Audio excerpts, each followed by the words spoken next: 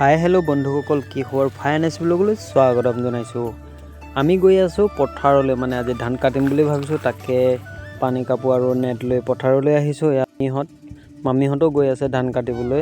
প্ৰায় মানুহৰ ধান কাটি হৈছে, আমাৰো প্ৰায় বাকী আছে অলপ। এইটো হ'ল আমাৰ সৰু পজাঘৰটো। বৰষুণ চৰষুণ দিলে ইয়াতে থাকিব লাগিব যে, সেইকাৰণে মানে সৰুকৈ পজাটো বনোৱা হৈছে।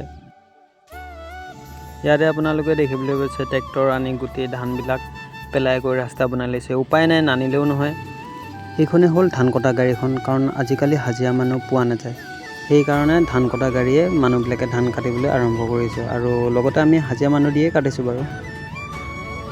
আৰু ইফালে আমাৰ মইনাই ধান কাটি আছে খুব ধুনীয়াকৈ, চাওক।